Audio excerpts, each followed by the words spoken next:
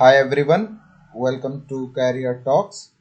इस वीडियो में हम 20 जनवरी 2021 का डेली न्यूज़ एनालिसिस देखेंगे, जो हमारे UPSC prelims and mains and state PCS के current affairs, international affairs and ministries and important schemes को कवर करती है। ओके, जो हमारा पहला न्यूज़ किससे रिलेटेड है, वो रिलेटेड है इंडिया इनोवेशन इंडेक्स 2020 से, जो कि कल रिलीज होने वाला है। और जो इंडिया इनोवेशन इंडेक्स किसको द्वारा रिलीज होता है?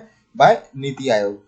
जो इंडिया इनोवेशन इंडेक्स रिलीज होने वाला है कल, वो कौन सा इंडेक्स है? वो सेकंड एडिशन है। ओके, और इसका जो फर्स्ट एडिशन है वो कब रिलीज हुआ था? रिलीज हुआ था अक्टूबर 2019 में। हम इस वीडियो में अक्टूबर 2019 का जो फर्स्ट एडिशन था उसके बारे में डिस्कस करेंगे। देन नेक्स्ट वीडियोस में हम जो सेकंड एडिशन है जो रिलीज होने के बाद हम उसका एनालिसिस देखेंगे। इस वीडियो में हम अक्टूबर 2019 के बारे में इंडिया इनोवेशन इंडेक्स देखेंगे, जो नीति आयोग द्वारा रिलीज होती है।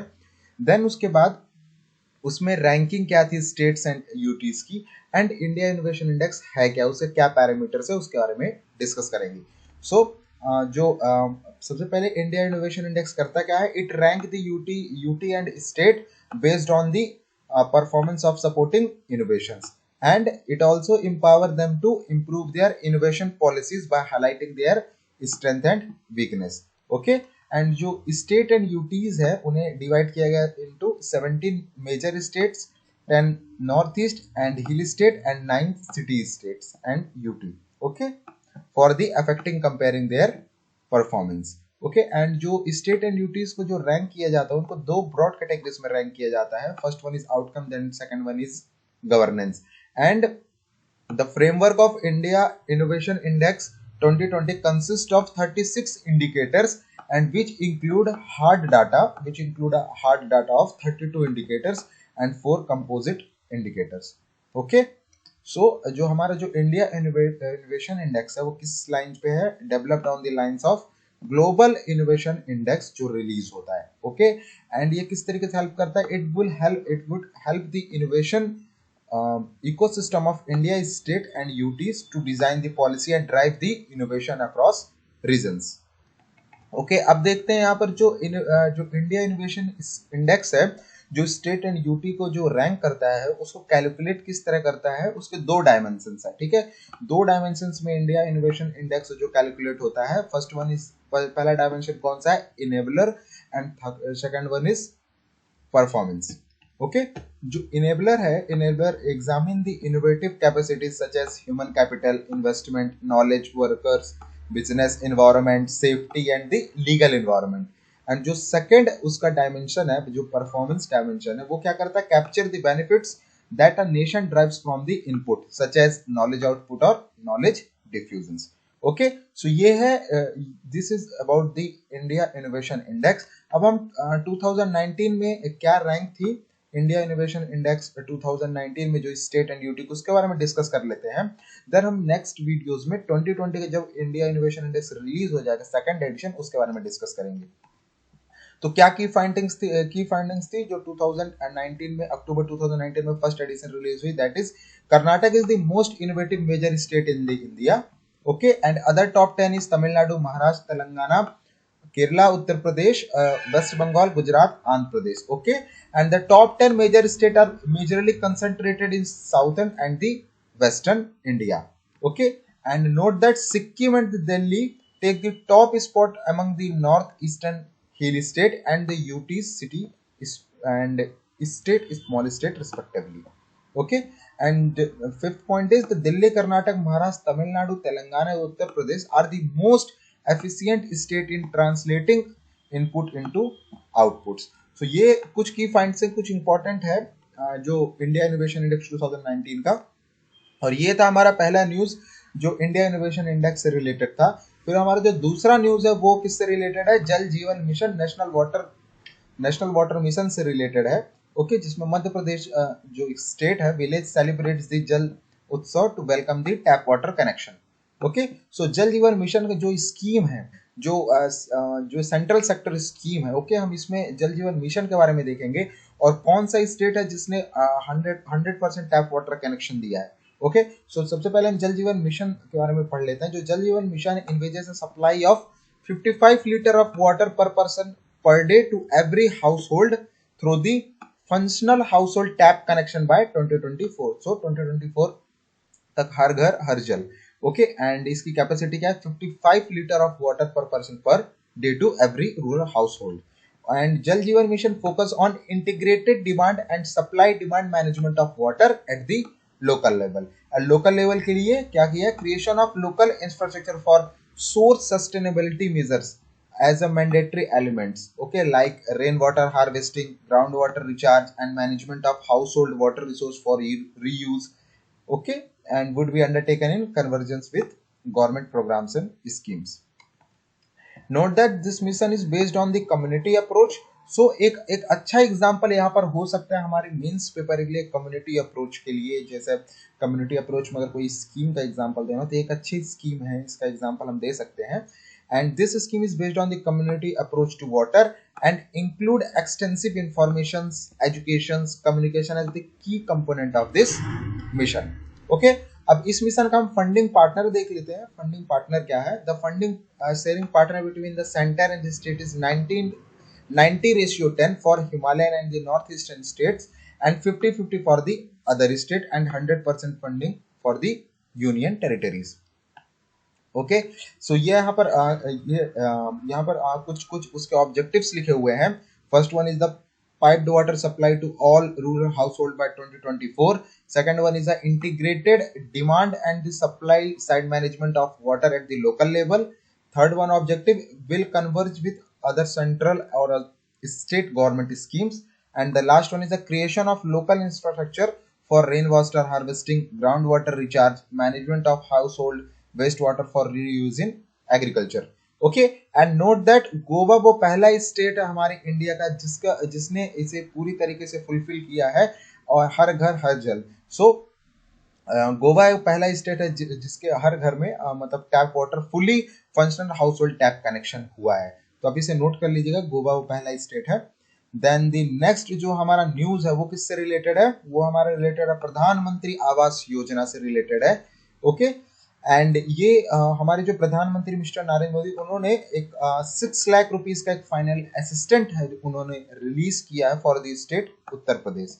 ओके, सो इसमें हम प्रधानमंत्री आवास योजना के बारे में डिस्कस कर लेते हैं कि प्रधानमंत्री आवास योजना एक्चुअली में है क्या। एंड आप नोट करिए कि जो प्रधानमंत्री आवास योजना वो दो स्कीम है। फर्स्ट वन इज प्रधानमंत्री आवास योजना फॉर अर्बन एंड प्रधानमंत्री आवास योजना फॉर रूरल। ओके, सो इन दोनों स्कीम्स को हम डिस्कस करेंगे। ओके, सबसे पहले प्रधानमंत्री आवास योजना के बारे में देख लेते हैं। ये है क्या, it is a government initiatives aim to provide a affordable housing for all. Okay, and इसका टारगेट क्या है, it's target to build a 20 million affordable house by 31 March 2022। Okay, and ये जो लॉन्च कब हुआ था प्रधानमंत्री आवास योजना, सबसे पहले लॉन्च हुआ था 1 जून 2015 में। ओके, और जब 2015 में ये लॉन्च हुआ था तब ये स्कीम सबसे पहले प्रधानमंत्री आवास योजना के नाम से जानती थी।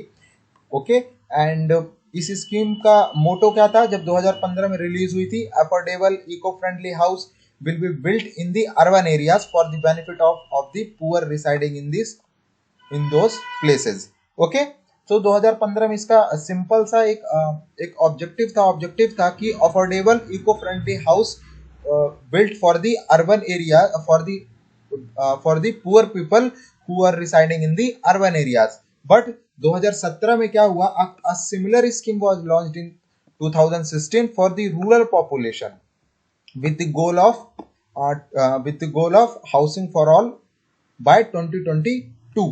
जैसे ये 2016 में जब एक रूरल पॉपुलेशन के लिए स्कीम लाई गई तब यहाँ पर ये स्कीम क्या होगी, दो जगह डिवाइड हो गई और पहली स्कीम बनी प्रधानमंत्री आवास योजना फॉर अर्बन, और जो 2016 में बनी जो अर्बन स्कीम है वो 2015 की है, और फिर 2016 में रूरल पीपल के लिए बनी प्रधानमंत्री आवास योजना रूरल स्कीम। ओके, तो प्रधानमंत्री आवास योजना के अंदर दो स्कीम आ गई। Okay, first one is urban के लिए अलग है आवास योजना एंड रूरल के लिए अलग है आवास योजना। ओके, अब इसमें हम देख लेते हैं, सबसे पहले अर्बन के बारे में देख लेते हैं। जो प्रधानमंत्री आवास योजना जो अर्बन है वो किसके द्वारा लॉन्च की गई, launch by the ministry of housing and urban poverty elevation के द्वारा। ओके, एंड इसके टारगेट्स क्या क्या है in this mode, provision for housing for all by 2022। Note that जो अर्बन रूरल दोनों के लिए एक ही टारगेट है। टारगेट क्या है? Housing for all by 2022। Okay, and this जो प्रधानमंत्री अर्बन योजना है, okay, this mission seeks to address the urban poor housing requirement through following program verticals such as slum rehabilitation of slum dwellers with participation of private developers using a land as a resource, promotion of affordable housing for the weaker section through the credit linked subsidy, affordable housing in partnership with public private sector. So यहाँ पर एक अच्छा example हो सकता है यहाँ पर scheme का कि पब्लिक प्राइवेट पार्टनरशिप के साथ वर्क करके एक जो स्कीम का यहाँ पर जो वर्क है इंडिया गवर्नमेंट का प्राइवेट सेक्टर के साथ, तो यहाँ पर एक अच्छा सा एग्जांपल हो सकता है जिसे अपन आंसर राइटिंग में यूज कर सकते हैं। Then the scheme aim to build a 2 crore house for the urban poor including the economical weaker section, low income groups and the middle income groups by the 2022। Okay, so ये है कुछ important targets प्रधानमंत्री आवास योजना for अर्बन्स के लिए। Then इसके beneficiaries देख लेते हैं कौन कौन इसके लिए एलिजिबल है।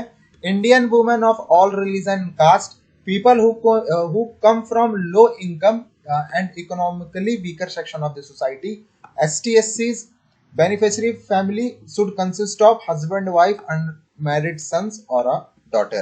Okay, and the beneficiary family should not own a pakka house either in his or her name or in the name of any member of the his or her family in any part of the India. And third beneficiaries क्या है? Stand duty at their decisions may choose to cut off a date when the beneficiary is needed to be the resident of that urban area for being eligible to obtain the benefit from this scheme. Okay, and इसके features क्या है इस scheme के?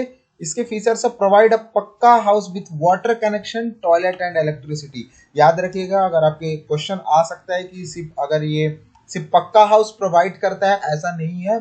पक्का house तो provide करता है with the proper water connection, toilet and the electricity. Okay, and it provide the house that meet the requirement of structural safety against natural disaster। okay, so natural disaster जो आते हैं उससे भी इसको कुछ ऐसा वर्क करेंगे, मतलब इस हाउस पे जो इस तरह से बनाएंगे that having a structural safety okay against the natural disaster and it's complain with the national building code and other relevant bureau of Indian standards code. Okay,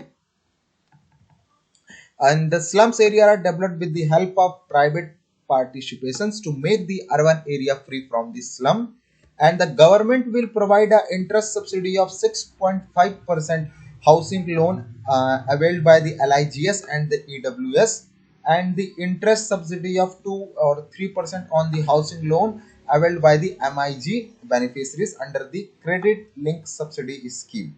so ये है फीचर और बेनिफिशरीज कौन कौन इसके लिए एलिजिबल और इसके targets ये है। रिलेटेड किससे रिलेटेड है? प्रधानमंत्री आवास योजना for urban life. Then the second जो हमारी जो प्रधानमंत्री आवास योजना फॉर ग्रामीण और रूरल एरिया। ओके, सो इसको कौन मिनिस्ट्री रन करती है और लॉन्च की थी? Bye the ministry of development. और ये कब लॉन्च हुई थी? लॉन्च हुई थी 2016 में। ओके, और ये जो याद रखिएगा जो प्रधानमंत्री आवास योजना जो रूरल है वो क्या हुआ था? इसका जो इसका गोल है हाउसिंग फॉर ऑल बाय 2022 जो दोनों के लिए कॉमन है, बट जो ये स्कीम है ये रिप्लेस करके आई थी। ओके, इंदिरा आवास योजना जो पहले जिस स्कीम का नाम इंदिरा आवास योजना था उस नेम को चेंज करके नाम रखा गया प्रधानमंत्री आवास योजना। ओके, ग्रामीण योजना। अब इस स्कीम के बारे में देख लेते हैं। जो scheme under this scheme financial assistant is provide for the construction of pucca house for all the homeless and the household living in the dilapidated houses in the rural areas, and under this scheme the government aim to build a 4 crore pakka house in the total by the year of 2022। तो याद रखिएगा housing for the all by 2022 जो एक common target है प्रधानमंत्री आवास योजना का। अब इसके बेनिफिशरीज को देख लेते हैं। बेनिफिशरीज क्या क्या है ये रूरल एरियाज के लिए। Okay, beneficiaries are identified and prioritized using the housing deprivation parameters in the socio-economic and the caste census 2011। So जो social economic and caste census 2011 था उसके वो वेरीफाई कौन करेगा? वेरीफाइड बाय द ग्राम सभा।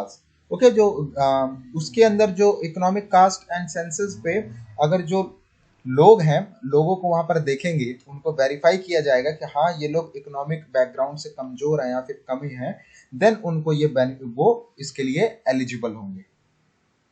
Okay, then the second one is the जो economic caste census हुआ है, जो सोशियो इकोनॉमिक कास्ट सेंसस, उसके क्राइटेरिया के अंदर दिया जाएगा। And the third one is a obtained list will be presented to the gram sabha to identify the beneficiaries who has been assisted before and had become eligible to do other reasons.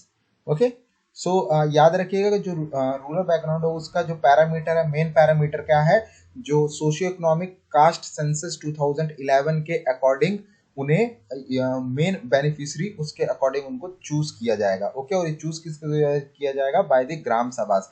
ग्राम सभास उन्हें verify करेंगे, then वो लोग eligible होंगे इस scheme को benefit प्राप्त करने के लिए, प्रधानमंत्री आवास योजना ग्रामीण के लिए।